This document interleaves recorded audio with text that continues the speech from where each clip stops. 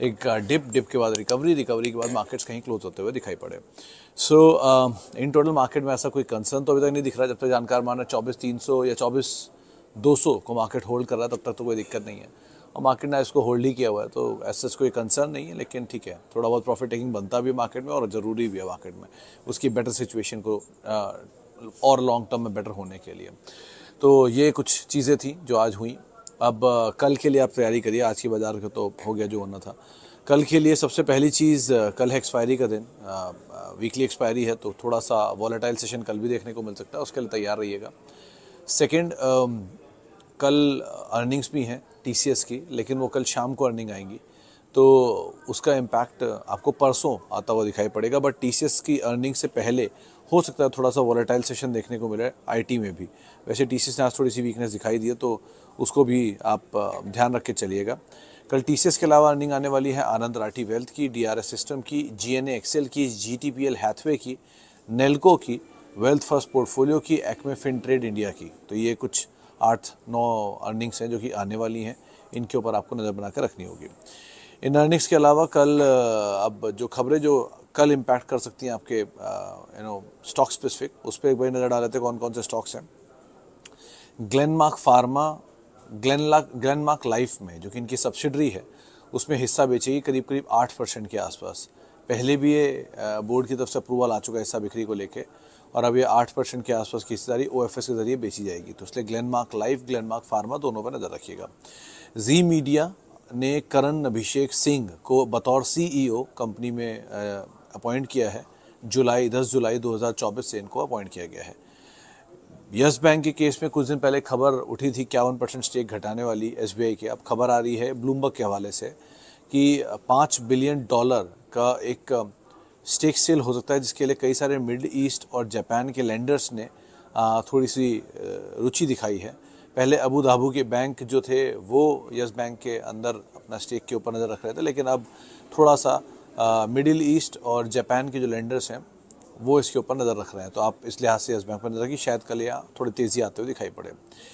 Kesoram industries के number आए हैं, घाटा 32 करोड़ से बढ़कर 62 करोड़ आया है, आय 999 करोड़ से घटकर 880 करोड़ आई है, एबिटा 100 करोड़ से घट के 80 करोड़ हुआ है, और मार्जिन भी 10-10.5 करोड़ से घटकर 10-10.5% से घट के 8% के आसपास है। तो वीक साइड पे नंबर है। वैसे भी अभी इंटीग्रेशन है, तो सब कुछ अब अल्ट्राटेक पे डिपेंड करता है। आईआरबी इंफ्रा और आईआरबी इनविट फंड दोनों के टोल कलेक्शन आए हैं। आईआरबी इनविट का टोल कलेक्शन जो है वो 82 करोड़ से बढ़ के 85 करोड़ आया है, और इंफ्रा का टोल कलेक्शन 35% बढ़ के 517 करोड़ रुपये आया है। पॉजिटिव मान लीजिए। ओरिएंटल रेल इंफ्रा को 19.5 करोड़ का एक ऑर्डर मिला है। ये रेल कोच फैक्ट्री में कपूरथला, जो सबसे बढ़िया प्रोमिनेंट रेल कोच फैक्ट्री है, वहाँ से कंपनी को ये ऑर्डर मिला है। जीई पावर के बोर्ड ने हाइड्रो बिजनेस ओवरटेकिंग को जीई पावर इलेक्ट्रॉनिक्स को बेचने और ट्रांसफर करने की मंजूरी दी है। ये इंटरनल ट्रांसफर है, तो शायद बहुत इंपैक्ट आया ना, कंसोलिडेशन मान के चलिए इसे। सूला वाइन यार्ड की अभी एक बिजनेस अपडेट आए Q1 को। वाइन टूरिज्म आय 2.5% घटी है, 11.5 करोड़ के आसपास। ब्रांड आय 2.5% बढ़ी है, और कुल आय 10% बढ़कर 130 करोड़ रुपए के आसपास आई है। सेल्स का अपडेट है Q1 का। सो बहुत कुछ और भी होना बाकी है, लेकिन ठीक है, अभी के लिए सही दिखाई पड़ रहा है। सो ये कुछ खबरें, कुछ नंबर्स, कुछ चीज़ें जिनके ऊपर आप अदरवाइज नज़र बना के रखेंगे। अब शुरुआत करते हैं सवाल जवाब के सिलसिले की, और बातचीत कर लेते हैं कुछ सवालों को लेके जो कि अलग अलग माध्यमों से आते हुए दिखाई पड़ रहे हैं। सबसे पहला सवाल आया है, Sumit sir, need your valuable advice on HBL Power and Black Box for medium to long term. Gurpreet ji, HBL Power तो यू कैन होल्ड, क्योंकि अगर कुछ भी गवर्नमेंट ने थ्रस्ट दिया इंफ्रास्ट्रक्चर को लेके, रेलवे के, या फिर सिक्योरिटी सेफ्टी को लेकर, तो शायद नियर टर्म इम्पैक्ट इसमें आ सकता है, क्योंकि वो anti collision device and metering, smart metering type कारोबार में है कंपनी। सो वहाँ थोड़ा बहुत इम्पैक्ट आएगा। बट ब्लैक बॉक्स के मेरे को आइडिया नहीं, मैं बहुत समय से इसको ट्रैक नहीं किया, सो इसके लिए माफ़ी चाहूँगा। HBL आप अभी होल्ड कर सकते हो as of now, but for a longer duration of time यहाँ पर अच्छा गेन आए तो आप कैपिटल एटलीस्ट निकाल लेना, और बाकी पोजिशंस को आप होल्ड करना। Sir, where can I find value buying in cement situation, kindly guide. देखो सर, आप कहाँ फाइंड करोगे इसके लिए तो बहुत सारे सॉफ्टवेयर हैं। BSE है, NSE है, स्क्रीनर है, इन्वेस्टिंग है, वो आपकी मर्जी है। कुछ लोग तो खाली पेपर देख के ही आइडेंटिफाई कर लेते हैं। सो वो मुझे नहीं पता आप कैसे हायर करोगे, कहाँ पर आइडेंटिफाई करोगे, बट ये ज़रूर कह सकता हूँ कि अगर आपको सीमेंट में देखना है तो 2-3 चीज़ों पे आप ज़रूर नज़र रखना। पीई और ईपीएस तो चलिए बेसिक है, उसको तो आप देखेंगे ही ऑब्वियसली। उसके अलावा कैपेसिटीज़, हर सीमेंट कंपनी कितनी कैपेसिटी है, प्लांट्स कहाँ कहाँ पर हैं। 2, एबिटा पर टन कितना है इनका, वो बहुत इंपॉर्टेंट होता है। एबिटा पर टन कैसे लोग रियलाइज़ कर रहे हैं, या रियलाइजेशन पर टन कैसे है इनका। ये 2-3 चीज़ें, प्लस किस किस सेगमेंट में इन्होंने एक्सपैंड कर रखा है, कौन कौन से एरियाज़ वो कैटर करते हैं। क्योंकि पैन इंडिया की सीमेंट कंपनियाँ 3-4 ही हैं, बाकी सब रीजन वाइज सीमेंट कंपनियाँ हैं। और रीजन वाइज सीमेंट कंपनियाँ आमतौर पे कंसोलिडेशन का हिस्सा बनती हैं, उन्हें कोई ना कोई एक्वायर कर लेता है क्योंकि वो अपनी उस एरिया में प्रेजेंस बढ़ाना चाहता है।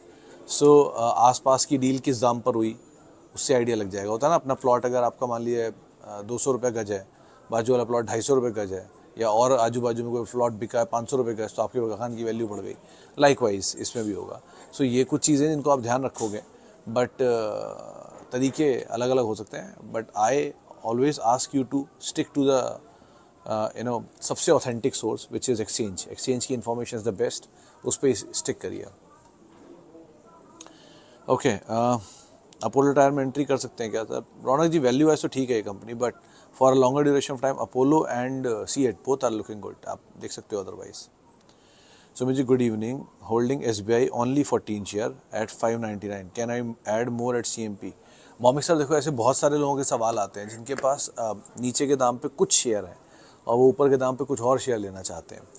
सो यहाँ पर 2 चीज़ें आपके लिए मैटर रखती हैं। या तो आप में वो पेशेंस हो कि आप किसी फॉल में ग्रैब करने के लिए तैयार हो, या आप में वो पेशेंस हो कि मैं इकट्ठा नंबर ऑफ शेयर्स इकट्ठे करता रहूँगा इर्रिस्पेक्टिव ऑफ दाम, एवरेज ख़राब हो रहा होने दो, मैं लेता ही चला जाऊँगा, मेरे को इतना ट्रस्ट है इस कंपनी पे। और या फिर एक तरीका ये होता है कि जो एग्जिस्टिंग पोजीशन है उनको होल्ड करो और इस कैडर की तीसरी कंपनी को आइडेंटिफाई करो या दूसरी कंपनी को आइडेंटिफाई करो जिसके अंदर आप पैसा डालो। सो एसबीआई अगर निकल गया तो एचडीएफसी बैंक हो जाएगा, आईसीआईसीआई बैंक हो जाएगा, या जो भी बैंक आपको पसंद है उसके हिसाब से। सो ये 2-3 तरीके हैं। अब इनमें से कोई तरीका जो आपको सूट करता है आप काम कर सकते हो। कुछ लोगों को नहीं समझ में आता कि अपना एवरेज ख़राब करें, तो बैठे रहेंगे उसी क्वांटिटी के साथ, कुछ और ले लेंगे, बाजार भागा तो नहीं जा रहा है। कल कोई शेयर नीचे आएंगे तो फिर आप ले लीजिएगा। कुछ को लगता है नहीं प्रॉस्पेक्ट बहुत हाई है, सो भाव रुकेगा ही नहीं कभी, तो फिर आप ऐड ही करे जाइए। सो बहुत ही सब्जेक्टिव होगा, आपको कॉल लेना होगा इसमें खुद के हिसाब से। लेकिन अगर आप कभी मतलब if I have to take a call I will sit easily, मुझे कोई ऐसी जल्दी नहीं है। एसबीआई चला गया, कोई और आ जाएगा, और एसबीआई नहीं तो कुछ और मिल जाएगा, और कुछ और नहीं मिला तो एसबीआई कभी ना कभी नीचे मिल जाएगा। इतना नीचे नहीं मिलेगा, थोड़ा तो नीचे मिलेगा, वहाँ देख लेंगे, किसी न किसी फॉल में ऐड कर ले जाएगा। सो ऐसी सिचुएशन अराइज होती है, बट फॉर पेशेंट इन्वेस्टर्स, तो मेरे और आप में भी तो अंतर हो सकता है। सो इसलिए आप अपने हिसाब से अपनी कॉल लीजिए इसकी। और ये भौमिक सब आपके लिए नहीं है, सबके लिए, ये हर इन्वेस्टर के लिए जिनको ऐसी सिचुएशंस फेस करनी पड़ रही हैं। ओके,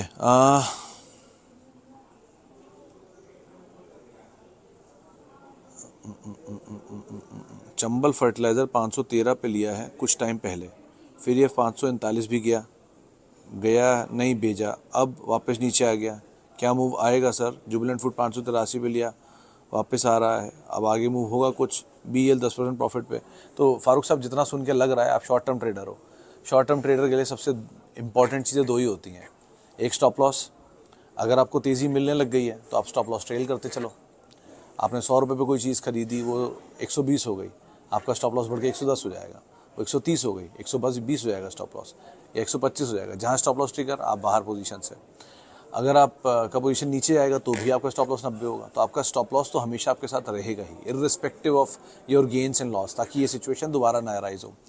रही बात लॉन्ग टर्म के लिए, तो चंबल चला हुआ है, नहीं Chambal is okay medium term हिसाब से। जुबिलेंट ज़्यादा बेटर है क्योंकि वो अभी चला नहीं इतना। सो और नंबर सब कुछ सामने भी खड़े हैं, फर्टिलाइजर और इवन बजट भी खड़ा है, तो बजट में तो फर्टिलाइजर पे इम्पैक्ट आता ही है आमतौर पे। सो ये 2-3 चीज़ों को आप ध्यान रखिएगा, बट स्टॉप लॉस लेके चलिए अगर आप ट्रेडर हैं तो। ये बाजार की स्थिति आज बनी है, कितने दिनों बाद बनी है, पहले दिन में आपको इतने लॉस दिख रहे हैं। सो अगर ये सिचुएशन कहीं एक्सटेंड हो गई, जबकि बहुत हैवी फॉल मार्केट ने दिखा दिया, जो अभी तक दिखाया नहीं एक बार भी, अगर ऐसा फॉल आ गया फिर आप क्या करोगे? सो इसीलिए you need to carry your stop loss always, trader और मीडियम टर्म पोजीशन के हिसाब से, और कीप ऑन ट्रेलिंग। जैसे जैसे ऊपर बढ़ता रहे वैसे वैसे बढ़ाते रहिए स्टॉप लॉस, जहाँ तक गेन आपका होगा लॉक हो जाएगा। लेकिन हमेशा तेज़ी तो आप नहीं देखोगे ना, कभी तो प्रॉफिट टेकिंग भी आएगी, जो आ जाई है। और ये अगर एक्सटेंड हुई तो ये सिचुएशन और गहराएगी, तो इसलिए प्लीज़ इतने स्टॉप लॉस साथ लेके चलिए। Can I accumulate Angel One and M&M for long term? Agarwal साहब M&M seems better, but Angel One के केस में आप स्किप करिए, ज़्यादा बेटर है। आपके पास बहुत अच्छे अच्छे विकल्प और भी मिल जाएंगे, आप उनको देख लीजिए। M&M is a good option, आप उसको आराम आराम से एक्यूमुलेट कर सकते हैं। Nalwa Sons and BF Investment, Pooja ma'am दोनों के दोनों होल्ड को हैं। आज नलवा तो किसी जानकार ने भी खरीदारी की राय दी थी, मैं नाम मिस कर रहा हूँ, उन्होंने इसमें खरीदारी की राय दी थी कंसीडरिंग जो वैल्यू है इस कंपनी के पास अपनी होल्ड को की वजह से। तो दोनों होल्डिंग कंपनी में तो ज़्यादा बेटर यही है नलवा सन्स BF के कंपैरिजन में। BF की अपनी लैंड भी पड़ी है इनकी बैंगलोर में कहीं इनके पास, अदरवाइज स्टेक के। बट ठीक है, आप अगर आप लेना चाह रहे हैं तो better is this Nalwa Sons, आप इन दोनों में ऑप्ट कर सकते हैं, ज़्यादा बेटर है। लेकिन होल्डको की स्टोरी को ध्यान से प्ले करिए, इनमें आमतौर पर वॉल्यूम कम होता है, कभी सडनली वॉल्यूम आता है, वैल्यू क्रिएट होती है और भाग लेते हैं। इनमें इनकी इन्वेस्टमेंट वैल्यू का 85% डिस्काउंट अगर मिल रहा है तो आप ऐड कर सकते हो, 60% डिस्काउंट मिल रहा है तो आप निकल सकते हो।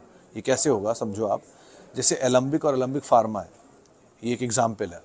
एलम्बिक फार्मा की पेरेंट है Alembic limited. Alembic limited is into real estate and Alembic pharma is into pharmaceuticals. Alembic limited के पास एलम्बिक फार्मा का स्टेक है जिसकी वैल्यू कहीं शायद 2000 करोड़ या 2500 करोड़ रुपये बैठती है, वो मेरे को याद नहीं, दोबारा कैलकुलेट करना पड़ेगा, ये लाइव चलती रहती हैं। सो वो 2000 करोड़ रुपये एग्जाम्पल है, 2000 करोड़ रुपये अगर स्टेक है उसका, और वो एलम्बिक लिमिटेड की मार्केट कैप कहीं 1000 करोड़ रुपये घूम रही है, तो 50% डिस्काउंट हो गया। ये डिस्काउंट कभी 80% हो जाए तो आप एंटर करो, और 60% 50% रेंज में आए तो आप एग्जिट करो। बहुत 20-30% आए तो एग्जिट ही कर जाओ, क्योंकि ये होल्डको के कारोबार में उनके लिए जिनके खुद के कारोबार नहीं है, उनके लिए नहीं जिनके खुद के कारोबार में, फिर उनके कारोबार की वैल्यू भी जुड़ जाएगी। सो एक मोटा मोटा इवैल्यूएशन ये कहता है, रेस्ट आप मतलब देख समझ के काम करना है। इसमें होल्डिंग कंपनियां हैं, सो डिविडेंड खाना है तो बात अलग है, पर्पस क्या आपके इन्वेस्टमेंट का, उसके हिसाब से आप सोचो। WPIL, इसको बहुत समय बाद देख रहा हूँ। वैसे तो ये कंपनी बेटर साइड पर है, इसको आप अदरवाइज होल्ड कर सकते हो, लेकिन ये हाल में अब इसका भाव चला क्या है, क्योंकि चला बहुत था बीच में, तो इसके हमें बहुत टाइम से मिस हो गया। 4800 रुपये के आसपास शेयर आ गया, ऑल टाइम हाई पे शेयर ऑलरेडी काम काज कर रहा है। सर कंपनी वैसे ठीक है, इसमें प्रॉब्लम नहीं है, बस एक ही चीज़ है कि एक तो वॉल्यूम थोड़ा कम होता है इसमें, और शेयर चला बहुत है। दो वैल्यूएशन वाइज है थोड़ा महंगे साइड पर, MNC है, लेकिन ठीक है, आप आराम से इसमें होल्ड कर सकते हो, अभी भी कोई दिक्कत ऐसा सच नहीं है। और अगर नीचे लेना चाह रहे हो या नीचे मिल जाए तो बहुत अच्छी बात है, फिर तो आप आराम से होल्ड करो, क्योंकि है कॉन्स्टेंट कंपाउंडर काइंड ऑफ, अच्छे नंबर्स ने दिए हैं विद टाइम, अच्छा प्रॉफिटेबिलिटी ग्रोथ रही है इसकी विद टाइम, प्रमोटर भी इसमें इंटैक्ट ही हैं। सो ऐसा कोई हार्म नहीं है, आप आराम से बने रह सकते हो। एक स्ट्रॉन्ग कैश फ्लो वाली कंपनी है, मतलब थोड़ा सा लास्ट ईयर का कैश फ्लो वीक हुआ था, लेकिन अदरवाइज नंबर ठीक है। तो एक दो कंसर्न है, बस एक यही कंसर्न है, एक तो वैल्यू बहुत महंगी है इसकी, मतलब चला है बहुत हाई लेवल, और दूसरा मल्टीपल के साथ साथ डेट भी थोड़ा बढ़ रहा है। तो ये दो कंसर्न ज़रूर है इस कंपनी में, बट अदरवाइज ठीक कंपनी है, आप बने रह सकते हो यहाँ पर। अगर नीचे मिल जाए ज़्यादा बेटर है। सर डाबर मेरिको या और कौन सा बेस्ट स्टॉक है फॉर लॉन्ग टर्म? देखो दांगी साहब, पहली चीज़ तो ITC है, सबसे वैल्यू वाइज अगर सस्ता ढूंढ रहे हो तो ITC एंड HUL में आप जा सकते हो, फिर भी ITC is better comparatively.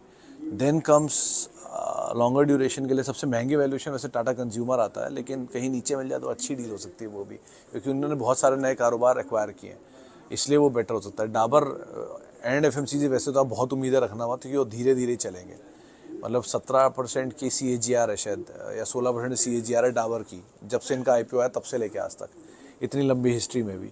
So still मैं यही बोलूँगा कि आप थोड़ा अगर समय दे सकते हो तो ही इनमें जाना, और ITC इज़ बेटर FMCG में, इवन डाबर मेरिको में, क्योंकि दो सिंगल प्रोडक्ट में तो फिर बजाज कंज्यूमर भी बुरा नहीं है सिंगल, वैसे Tata consumer is better seems, अगर आप समय दे सकते हो तो चल जाएगा वो भी बढ़िया।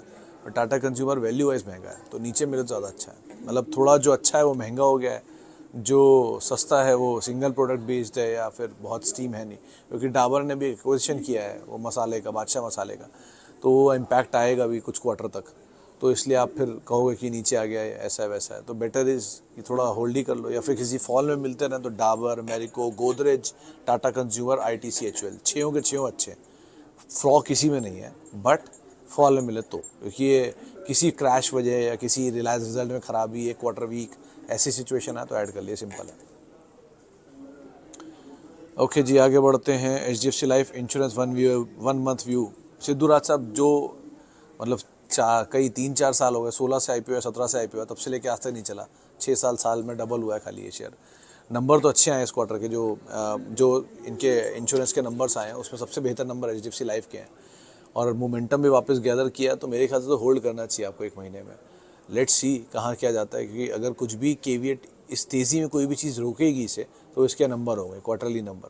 अगर वो ख़राब आ गए तो बात अलग है, लेकिन अदरवाइज स्टॉक में बेटर आप टिका रहे हैं तो आप बने रह सकते हो अभी तो। JSW इंफ्रा अंडर वैल्यूड और ओवर वैल्यूड? सर केपेक्स के हिसाब से तो अंडर वैल्यूड है, और बाकी जो है वो बाकी अदरवाइज ये थोड़ा ओवर वैल्यूड दिखता है, क्योंकि आप इस चीज़ को ध्यान रखना कि ये वैसे तो अंडर वैल्यूड है, लेकिन वह केपेक्स के हिसाब से, लेकिन प्रमोटर का स्टेक ज़्यादा है तो शायद वो बिकने आएगा कभी ना कभी मार्केट में। और दूसरा, भाव के हिसाब से, अभी की अर्निंग के हिसाब से ओवर वैल्यूड है। ऐसा अनुमान लगाया जा रहा है कि क्योंकि एक बड़ी कंपनी के पास मेजर पोर्ट्स हैं और दूसरी कंपनी उसमें एक्सपैंड कर रही है, so might be JSW is going to get benefit. But port wise अभी की एग्जिस्टिंग वैल्यू के हिसाब से तो आपको ज़्यादा बेहतर अदानी पोर्ट दिखेगा, उनके पास ज़्यादा बड़े एसेट्स हैं। बट नए पोर्ट्स पे जो बिडिंग है और कंपनियों एक्सपेंशन है, कंपनी ये भी अच्छी है, आप इसमें बने रह सकते हो। और IPO हाल का है तो इसलिए कुछ क्वार्टर के नंबर देखने होंगे, 2-3 क्वार्टर के नंबर तो बहुत अच्छे हैं इनके। और एक ही पार्ट केवीएट है कि प्रमोटर माल बेचेगा ऊपर, तो वो पार्ट को आप ध्यान रखना, क्योंकि सेबी गाइडलाइन है, बेचना ही पड़ेगा उन्हें। ओके सर, आगे बढ़ते हैं। हेलो सुमित सर, स्वान में क्या करूं? Medium to long term circuit खुले तो ले सकते हैं क्या? नहीं प्रकाश जी, 300 रुपये से लेके 500 रुपये की रेंज में स्वान घूमता रहा, 1 दिन नहीं, 2 दिन नहीं, शायद 3 महीने या 4 महीने घूमता रहा, फिर आपने नहीं लिया। आज क्योंकि उसमें सिर्फ तेज़ी आ गई इसलिए आपको अच्छा लगने लग गया, ऐसा मत करिए। आज सर्किट खुला लेकिन लीजिएगा मत, क्योंकि तेज़ी आ ही रही है और लगातार तेज़ी चल रही है। सो इस तरह की तेज़ी में आप फंसने वाली बात होती है ऊपर के लेवल पे। नीचे मिल जाए बात अलग है। इसमें स्टोरी है, बढ़िया स्टोरी है, लॉन्ग टर्म स्टोरी है, आगे भी इसमें बहुत कुछ बन सकता है।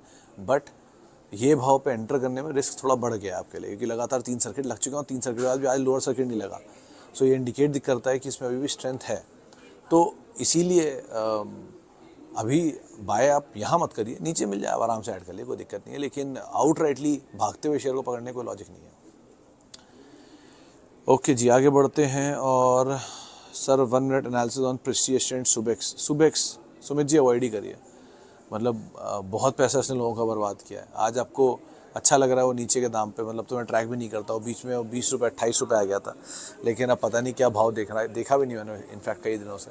लेकिन मतलब प्रोमिनेंट स्टोरी थी एक टाइम पे, ये होगा वो होगा। इसमें ज़रा होल्डिंग एक बार चेक करिएगा, शेयर होल्डिंग मेरे ख्याल से प्रमोटर बचे ही नहीं है इसमें, या थोड़ी बहुत ही नेग्लिजिबल होल्डिंग है प्रमोटर की, क्योंकि ये लगातार ऐसे ही बुल मार्केट में हर बार जागता है और बियर मार्केट में सो जाता है। सो इसलिए ज़रा ध्यान से ही काम करिएगा, और अगर आपके पास है तो स्टॉप लॉस से ज़्यादा ट्रेल करिएगा। प्रेस्टीज इन दैट केस आप बने रह सकते हो, बट थोड़ा चला हुआ है पूरा रियल स्टेट, तो थोड़ा देख संभल के काम करना है इसमें, आप मतलब होल्ड करना with trailing stop loss. Bank of Maharashtra आप बने रहो। डिम्पी जी, मतलब इनफैक्ट 2020 से लेके 2024 तक के मैंने 4 साल के नंबर देखे हैं, and it's a drastic improvement numbers में। हर साल दर साल नंबर इसके इम्प्रूव हो रहे हैं, और क्वार्टर बाय क्वार्टर भी नंबर में इम्प्रूवमेंट है। So it is a very good bank. Otherwise numbers के हिसाब से देखो तो पिछले शायद 13 क्वार्टर के नंबर इसके बेटर हैं, और अच्छे नंबर कंसिस्टेंटली दे रहा है। सो एज ऑफ नाउ तो आप बने रह सकते हो, and just keep an I on it's numbers, कि अगर यही इंप्रूवमेंट का ट्रेंड रहता है तो it will be a big story going forward. बस नंबर इज़ एवरीथिंग। अगर नंबर इसके इंप्रूव होते गए तो शायद इस स्टॉक में बड़ी तेज़ी और आप लगा के अनुमान चल सकते हो, क्योंकि नंबर हर साल दर साल इंप्रूव है, और वो बाज़ार अभी रीड कर रहा है। अगर थोड़े और बेहतर आएंगे तो बाज़ार उसको भी रीड करेगा और अकॉर्डिंगली तेज़ी दिखाएगा। सो अभी के लिए तो आप बने रहो, क्योंकि यहाँ नंबर बहुत अच्छे आ रहे हैं। द्वारकेश शुगर 97 ही खरीदे, क्या करें? नितिन जी अभी कुछ नहीं, 67 66 के आसपास आए और ऐड कर लेना, क्योंकि शुगर का पेन अभी शुरू भी नहीं हुआ है, अभी होगा, फिर एक रेंज में रहेगा, बहुत टाइम तक पेन रहेगा, थोड़ा क्राइसिस बढ़ेगा, उस हिसाब से आप अपनी पोजीशन ऐड कर लेना। जब आपको लगे ना अब पीक क्राइसिस आ गया है यहाँ पे, और आपको मन कर रहा हो बेचने का, आपको लग रहा है यार बहुत लॉस हो रहा है, मैं नहीं झेल पाऊंगा, तब इसमें थोड़ा पोजीशन और ऐड कर लेना उल्टा, और तब शायद ये घूम जाए, क्योंकि ये जब पीक क्राइसिस होगा तब शुगर के बॉटम बनने शुरू होते हैं, अभी बॉटम बने नहीं है। सो अभी तो थोड़ा और नीचे आना चाहिए शुगर को, लेट्स सी बाकी, क्योंकि शुगर साइकिल के हिसाब से तो यही ट्रेंड कहता है। अभी के हिसाब से तो 1 क्वार्टर 2 क्वार्टर के नंबर ये वीक आने चाहिए, इस क्वार्टर के नंबर। लेट्स सी कहाँ जाता है नंबर्स पे, उसके बाद कॉल लेना आसान होगा। लेकिन अभी पैनिक में मत आइए, एटलीस्ट आप होल्ड करिए, क्योंकि ये कंपनी ख़राब नहीं है, समय ले सकती है लेकिन कंपनी ख़राब नहीं है। मतलब शायद 3rd या 4th लार्जेस्ट शुगर कैपेसिटी की कंपनी है। सो वो एक बार को इशू हो सकता है कि शेयर चल नहीं रहा, बट कंपनी अच्छी है इन टोटल। चले सर, अब कौन से लेवल पे बाय है आरबीएनएल और इरकॉन? सर दोनों के दोनों बहुत भागे हुए हैं, दोनों में ही बस स्टॉप लॉस ट्रेल रखिएगा आप, उसके हिसाब से ही काम करिए, क्योंकि रेलवेज़ बहुत चला है तो थोड़ा बजट तक शायद और चल जाए, लेकिन स्टॉप लॉस ट्रेल करिए, थोड़ा सेफ रहिएगा, ज़्यादा बेहतर है। रेलवे में, डिफेंस में, पीएसयूज़ में थोड़ा सेफ रहना ज़्यादा ज़रूरी है अभी के लिए। अभी इतने ही सवालों को शामिल करूँगा, माफ़ी उन सभी लोगों से बातचीत